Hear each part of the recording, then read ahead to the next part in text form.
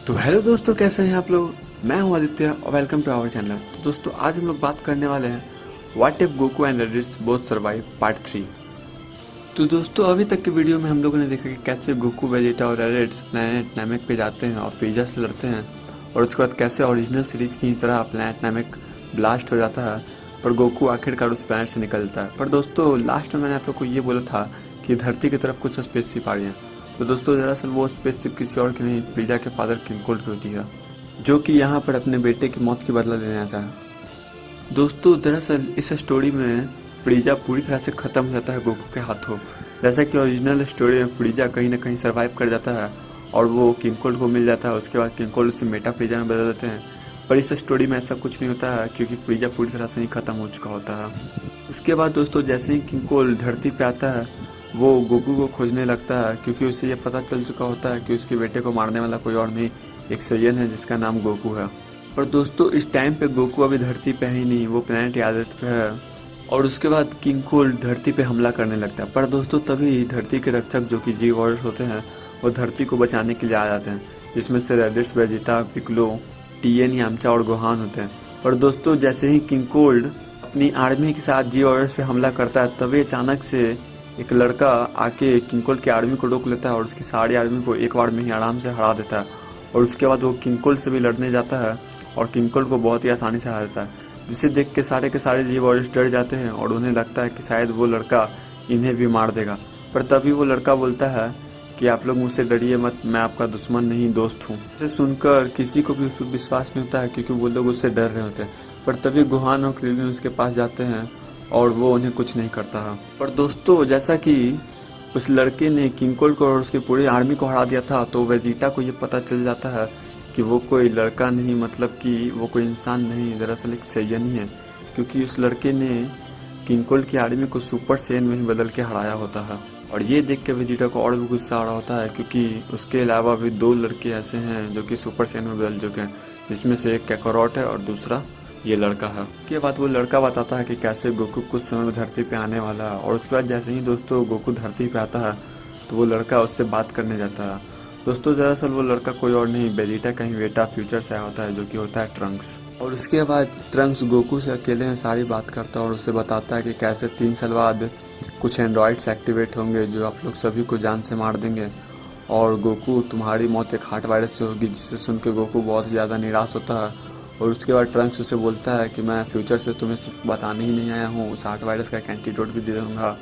और उसके बाद गोकू को एंटीडोट देके ट्रंक्स अपने टाइमलाइन में जाने ही वाला होता है कि तभी वो अचानक से रेडिट्स को देखता है और वो पूरी तरह से हैरान हो जाता है कि ये कौन है। तो उसके बाद गोकू उसे बताता है कि ये मेरा बड़ा भाई रेडिट्स है।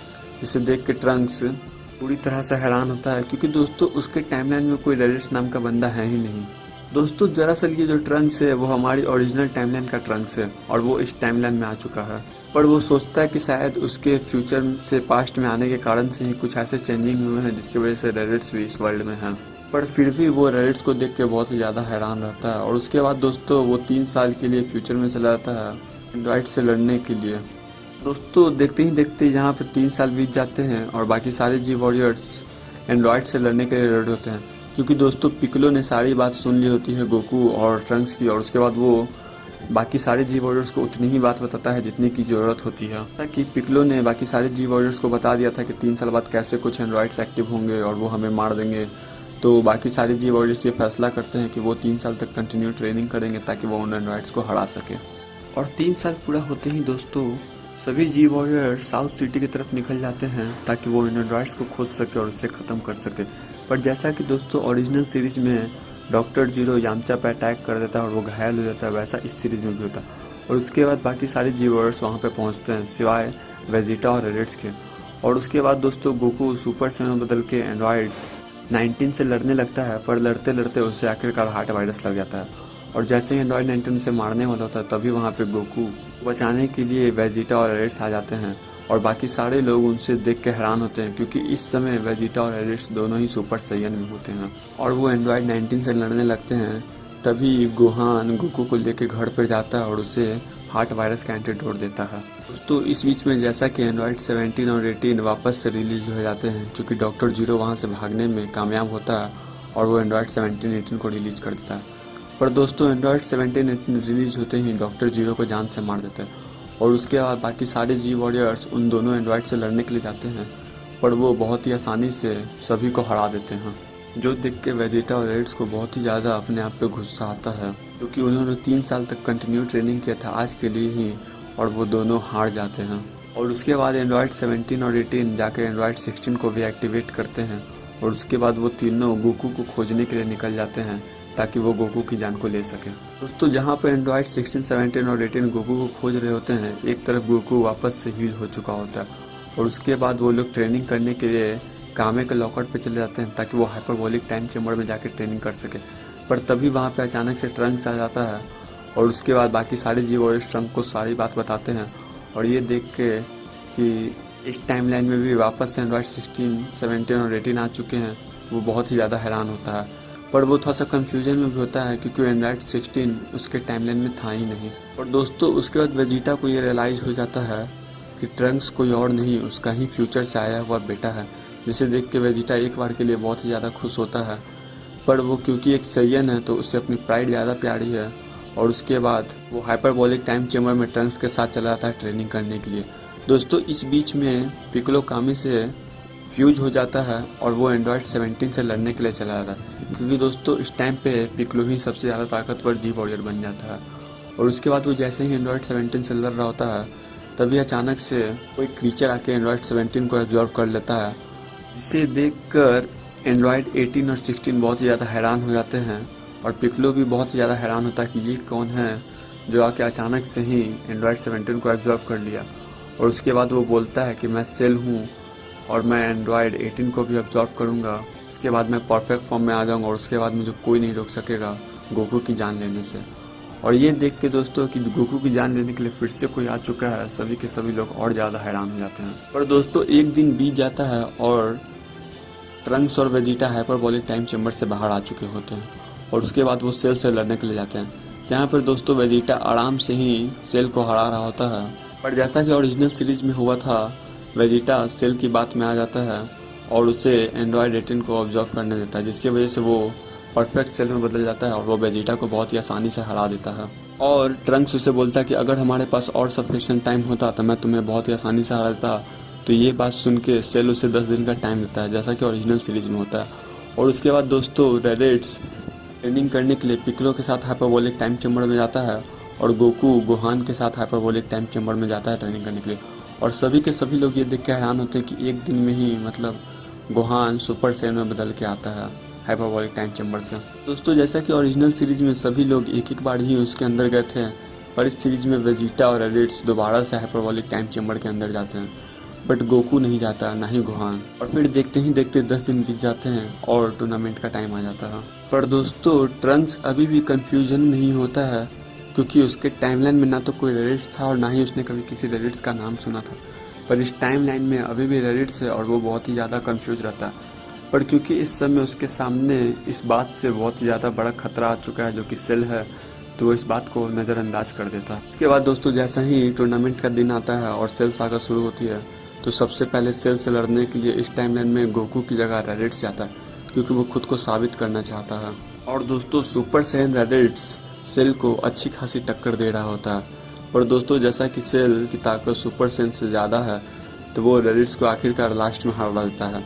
और उसके बाद गोकू वापस से सेल से लड़ने के लिए जाता है, जहाँ पर उन दोनों की फाइट बहुत ही अच्छी चलती है, जहाँ पर गोकू एक बार के लिए उसके आधी के आधे बॉडी को ही गायब कर देता है अपने कामेहामे वेव से।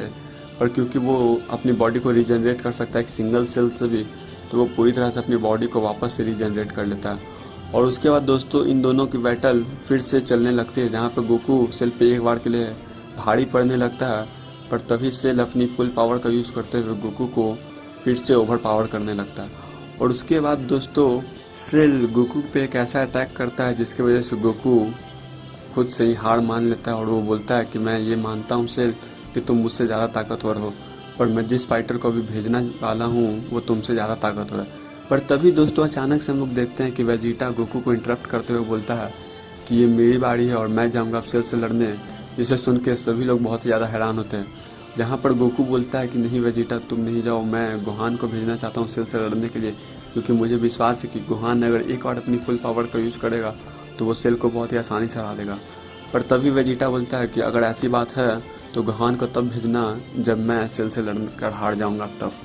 तो ये बात सुन के गोकू भी वेजिटा को बोलता है ठीक है वेजिटा जाओ तुम लड़ लो, अगर तुम जीत गए तो ये हम सब के लिए और भी अच्छा होगा। उसके बाद सेल वेजिटा का मजाक उड़ाते हुए बोलता है मैंने तो तुम्हें पहले ही हरा दिया वेजिटा, तुम मुझसे क्या ही जीतोगे। तो ये बात सुन के वेजिटा को और भी गुस्सा आता है और वो सीधे सुपर सेल में ट्रांसफॉर्म होता है। और उसके बाद वो सेल से बोलता है कि मैं अभी वो वेजिटा नहीं हूँ जिसने तुमसे कुछ दिनों पहले फाइट की थी, मैं पहले से और भी ज़्यादा ताकतवर हो चुका हूँ। और उसके बाद दोस्तों जैसे ही सेल और वेजिटा की फाइट होती है तो वेजिटा उसे शुरुआत में अच्छी खासी टक्कर दे रहा होता है और सेल को बहुत ही आराम से हल्के में ले रहा होता है। पर ये देख के सेल को और भी गुस्सा आता है और वो अपने बच्चों को निकाल देता है। तो ओरिजिनल सीरीज में सेल ने जूनियर सेल्स को निकाला था, वैसा ही वो इस सीरीज में भी करता है। ऐसे ही जूनियर सेल्स निकलते हैं तो वो जी वॉरियर्स को बहुत ही आराम से हरा रहे होते हैं, क्योंकि इस टाइम पे दोस्तों सभी के सभी जी वॉरियर्स थके होते हैं, गोकू और रेडिट्स, और बाकी जी वॉरियर्स में इतना पावर नहीं होता कि वो जूनियर सेल से जीत सकें। पर दोस्तों इस टाइम लाइन में क्योंकि गोहान अभी तक सेल से लड़ा ही नहीं है तो वो पूरी तरह से हील होता है, मेरा मतलब उसका स्टेमिना पूरी तरह से गेन रहता है। तो वो उन जूनियर सेल से लड़ने लगता है और वो जैसा कि देखता है कि जूनियर सेल्स उसके फैमिली को मार रहा है, मतलब उसके दोस्तों को मार रहा है, तो वो पूरी तरह से अपने गुस्से को बेकाबू से करते हुए उन जूनियर सेल्स पे हमला करता है और उन सबको आराम से हरा रहा होता है और उन सबको ख़त्म कर देता है। देख के पिकलो और बाकी सारे जी वॉरियर्स रेडिट्स के साथ बहुत ज़्यादा हैरान होते हैं कि इसने कैसे इन सभी को हरा दिया। तो उसके बाद हम लोग वापस से फाइट की तरफ आते हैं जहाँ पर वेजिटा अभी भी सेल से लड़ रहा होता है और बोलता है कि तुम्हारी चाल तो अच्छी थी सेल, पर गोहान ने तुम्हारे बाकी सारे बच्चों को आराम से ही मार दिया और यही मैं तुम्हारे साथ करने वाला हूँ। तो ये सुन के सेल को गुस्सा तो आता है और वो अभी भी वेजिटा पे हंस रहा होता है और बोलता है कि तुम मुझे नहीं हरा सकते हो। उसके बाद दोस्तों जैसे ही सेल वेजिटा पे हमला करने जाता है तभी वेजिटा एक इविल स्माइल देते हुए सेल को एक पंच मारता है, जिसके वजह से एंड्रॉयड 17 उसके अंदर से निकल जाता है। ये देख के सेल बहुत ही ज़्यादा डरने लगता है कि कैसे एंड्रॉयड 17 उसके अंदर से निकल गया। वेजिटा के एक पंच मारते हैं और उसके बाद बिना किसी टाइम को वेस्ट किए हुए वेजिटा फिर से एक पंच मारता है सेल को और एंड्रॉयड 18 भी उसके अंदर से बाहर निकल जाता है और उसके बाद वो पूरी तरह से इम्परफेक्ट सेल में बदल जाता है। इसे देख के सभी के सभी जी वॉरियर्स हैरान हो जाते हैं, पर तभी वेजिटा उसे बोलता है क्या हुआ सेल, अब तुम मुझसे नहीं जीत सकते हो। तभी सेल उससे पूछता है कि तुमने ये कैसे किया। तभी वो बताता है कि ये बुल्मा का एक डिवाइस था और उसने मुझे बोला था कि तुम जैसे ही इस डिवाइस को इस्तेमाल करोगे तो तुम्हें बस सेल को 2 बार टच करना है और उसके बाद एंड्रॉयड 17 और 18 उसके अंदर से निकल जाएंगे, और मैंने यही किया। और ये देख के सेल को बहुत ही ज़्यादा गुस्सा आता है और वो अपने आप को ब्लास्ट करने लगता है जो ओरिजिनल सीरीज में किया था। तो क्योंकि इस सेल में वो इम्परफेक्ट सेल के फॉर्म में है तो वो अपने आप को ब्लास्ट करके धरती को तबाह नहीं कर सकता है, बस अपने आसपास के ही एरिया को ख़त्म कर सकता है। पर ये होते हुए दोस्तों गोकू नहीं देख सकता है, वो सभी के सभी जी वॉरियर्स और जितने भी आसपास में लोग होते हैं वो उन सभी को एक साथ लेकर इंस्टेंट ट्रांसमिशन करके कामे के लॉकआउट पे चल जाता है। और उसके बाद जैसे ही सेल वहाँ पे ब्लास्ट करता है खुद को तो आसपास का दोस्तों 60 किलोमीटर तक का सारा एरिया तबाह हो चुका होता है। उसके बाद वो जैसे ही जी वॉरियर्स के साथ वापस से उस जगह पे जाता है तो वो देखता है कि सेल फिर से वहाँ पे खड़ा है, वो भी अपने परफेक्ट फॉर्म में। दोस्तों ऐसा इसलिए हुआ है क्योंकि सेल ने खुद ही ये बताया था कि जैसे वो अपने आप को ब्लास्ट करता है उसका एक सिंगल सेल बच जाता है और उसके उस सिंगल सेल ने याद रखा था कि उसका परफेक्ट फॉर्म कैसा। और उसके बाद वो वापस से हमला करने लगता है वेजिटा पर दोस्तों फिर भी वेजिटा उसे अभी भी टक्कर दे रहा होता है। पर तभी गोहान वेजिटा का हेल्प करने के लिए चला जाता है और वो दोनों एक साइड फाइट करने लगते हैं। और ये देख कर रेडिट्स भी पीछे नहीं हटता है और वो सेल को हराने के लिए वेजिटा और गोहान के साथ चला जाता है। और उसके बाद दोस्तों देखते ही देखते सारे जी वॉरियर्स एक तरफ हो जाते हैं और सेल एक तरफ अकेला हो जाता है। जहाँ पर वेजिटा अपने गैलेक गन का यूज़ करता है वहाँ पे गोहान अपने कामेहामे का यूज करता है गोकू के साथ और रेडिट्स अपना डबल संडे का यूज करता है। और दोस्तों ये सीन देखने में सच में बहुत ज़्यादा एपिक होता है, जहाँ पे सेल एक तरफ से ही अपना जाइंट अटैक कर रहा होता है और दूसरी तरफ पूरे के पूरे जी वॉरियर्स अपना जाइंट अटैक करता है। और दोस्तों देखते ही देखते जी वॉरियर्स के हाथों आखिरकार सेल पूरी तरह से ख़त्म हो जाता है। ये देख के ट्रंक्स बहुत ज़्यादा खुश होता है कि आखिरकार इस टाइमलाइन को मैंने बचा लिया। पर दोस्तों मैं आप लोग को एक बात अचानक से ही बताना भूल चुका था कि इस टाइमलाइन में रेडिट्स ने बुल्मा की बहन टाइट से शादी की है और उसका एक बच्चा भी है जिसका नाम उसने अपने फादर के ऑनर में बारडॉक रखा है। दोस्तों मैं ये बात बताना आप लोग को अचानक से ही भूल चुका था और मुझे जैसे याद आया मैंने आप लोग को ये बात बता दिया। तो दोस्तों आज का हमारा what if Goku and रेडिट्स both survive का पार्ट 3 यहीं पे ख़त्म होता है। दोस्तों आप लोग मुझे बताएं कि आप लोगों को कौन सा पार्ट इसमें से सबसे अच्छा लगा, और अगर आप लोगों ने इस वीडियो को पूरी तरह से देखा है तो मेरे इस चैनल को सब्सक्राइब कर दीजिए और इस वीडियो को लाइक कर दीजिए।